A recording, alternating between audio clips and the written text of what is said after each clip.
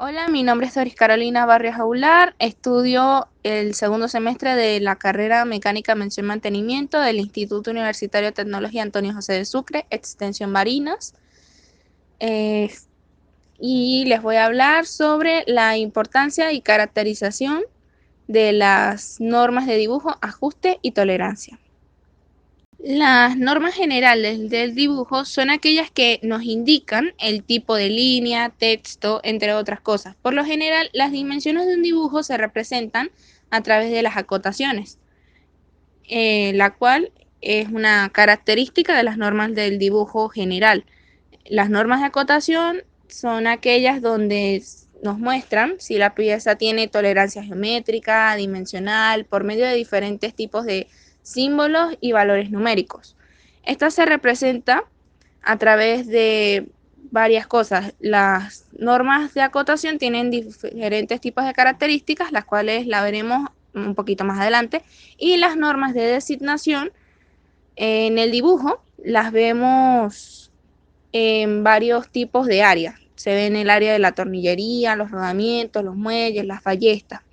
Esta es en realidad es la forma de nombrar a los elementos que dentro de los planos, que si las tuercas, los tornillos, las arandelas, los pasadores, entre otros. ¿Sí? Las normas de acotación se caracterizan por dar una descripción precisa del objeto dibujado mediante las líneas de cota. Esto significa que mediante las líneas de cota vamos a tener todas las dimensiones del dibujo, lo cual le da al diseñador, a la persona en el área de manufactura, toda la información que debes de saber para hacer el objeto, hacerlo tal cual indica el plano. Las líneas de cota suelen visualizarse mediante finos y terminados trazos, donde las puntas de flechas pueden verse rellenas o no rellenas. ¿Por qué se tiene que ver fino y terminados los trazos? Porque si se ven inconclusos o si se ven muy fuertes, se pueden llegar a confundir con el objeto dibujado. También es por eso que se suele mantener una distancia de 10 milímetros como mínimo entre las aristas del dibujo y las líneas de cotas, para que no llegue a haber ningún tipo de confusión y para brindar una comodidad al momento de visualizar el objeto. Y, pues como ya dije antes, no dar confusiones. Y al momento, por último, de representar un diámetro, se emplean ciertos símbolos en los cuales lo podemos visualizar en la lámina. Este símbolo se utiliza para representar la circunferencia. Si vemos que se va a representar el diámetro de un cuadrado, o sea, vamos a decir que un cuadrado tiene todos sus lados iguales, que es por lo general un cuadrado, se hace colocando una figura de un cuadrado. Ese símbolo representa que ese es el diámetro total del cuadrado. Si no queremos representar un diámetro de una circunferencia de un cuadrado, sino que queremos hablar de su radio, se ubica en el símbolo donde tenemos el diámetro, eso se quita y se pone en realidad, se coloca, se asigna una letra R, la cual le da a entender que se está refiriendo uno a un radio, al radio de una circunferencia. También se pueden utilizar para hablar de los radios las líneas auxiliares, las cuales lo podemos visualizar en la imagen de la esquina del lado derecho. Podemos visualizar una línea auxiliar, la cual también ayuda a representar los ángulos. La clasificación de las normas la vemos de la siguiente manera.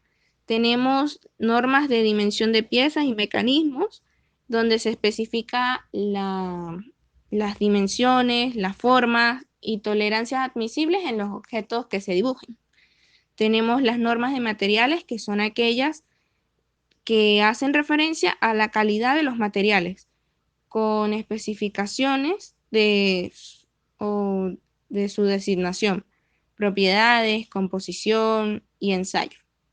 A cada material tiene un ensayo propiamente hecho, destructivo o no destructivo, entonces se hace referencia en el plano de qué material se está empleando y qué tipo de ensayo se le puede realizar, entre otras cosas.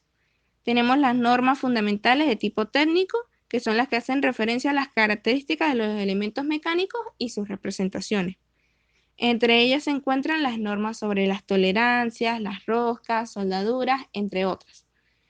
Cuando se habla de que se encuentran las normas sobre las tolerancias, las roscas y la soldadura, es ahí donde nosotros en el dibujo vemos ciertos tipos de símbolos o cierto tipo de cosas en las cuales se nos especifican, por ejemplo, en el caso de la soldadura, qué tipo de soldadura lleva la pieza que se diseñó y qué tipo de soldadura, qué tipo de rosca se está empleando, qué tipo de tornillo puede llevar o si se admite ahí qué tipo de tolerancia puede tener un agujero, un eje, entre otras cosas.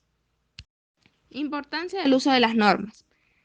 El uso de las normas en el dibujo mecánico son de gran importancia y relevancia para los ingenieros, ya que facilita, mediante representaciones gráficas y simbólicas, los detalles de los elementos a fabricarse o producirse en masa. El lenguaje gráfico, al ser objetivo, facilita la comunicación entre el fabricante, el consumidor, el diseñador, por la manera sencilla de dar a conocer los detalles de las piezas. Se tiene que dar a conocer los detalles de las piezas para que el fabricante, al momento de que el diseñador le da el plano, no tenga problemas al momento de visualizar que las dimensiones, los acabados que se le vaya a dar a dicha pieza dibujada en el plano.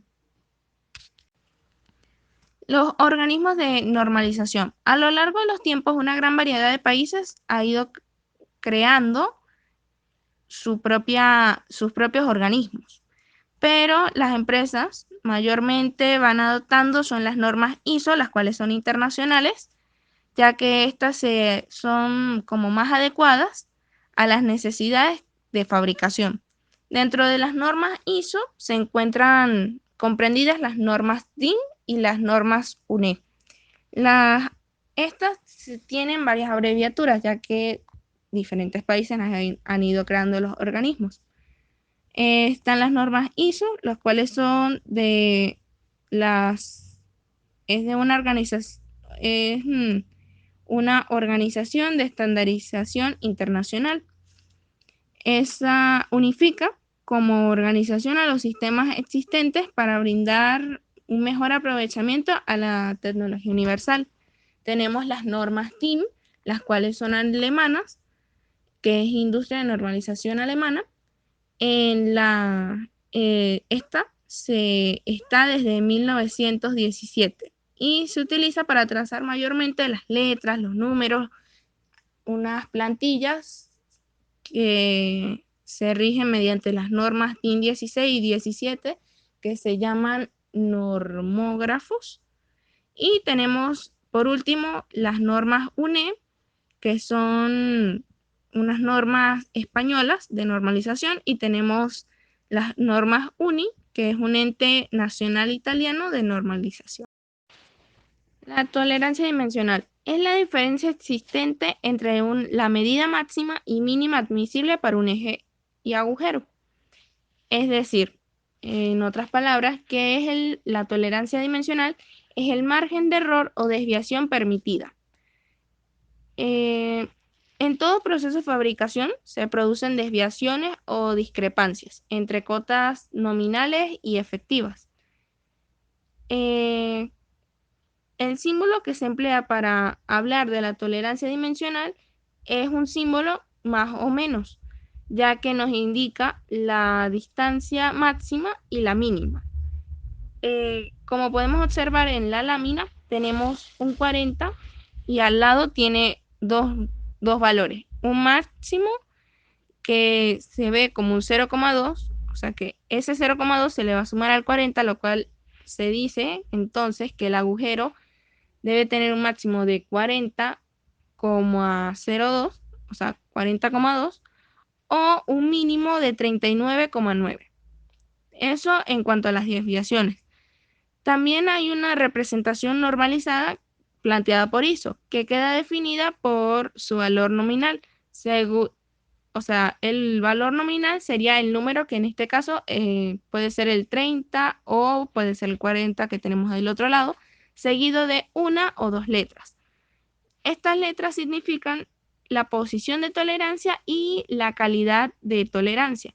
Si no estamos hablando, o sea, eso cuando hablamos de una letra. Cuando hablamos de dos letras, estamos hablando de la posición de tolerancia en el agujero y en el caso, eso en el caso hablando de las letras mayúsculas. Si hablamos de la letra minúscula, estamos hablando de la calidad de tolerancia o la posición de tolerancia en el eje. El ajuste es la relación existente entre dos piezas que se acoplan o encajan la una con la otra. Estos están formados por un eje y un agujero. Estas también pueden ser pertenecientes a una máquina o un equipo industrial. Según las normas ISO, los ajustes pueden ser designados simbólicamente indicando la tolerancia del agujero y eje por medio de cifras.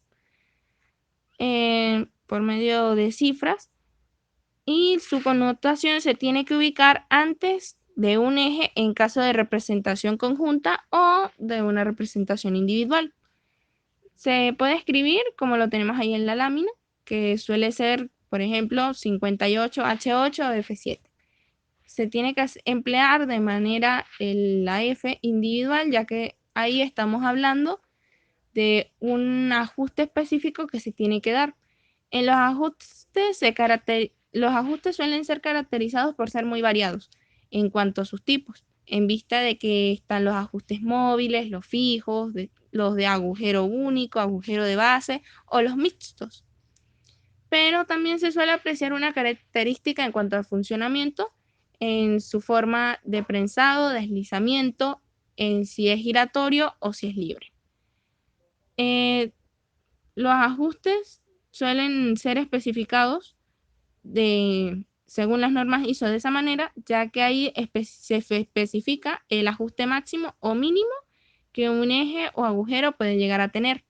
Es por eso que lo visualizamos así en la imagen que tenemos acá. Bueno, muchísimas gracias por su atención. Espero y les haya gustado esta exposición. Si les gustó, no olviden darle like. Adiós.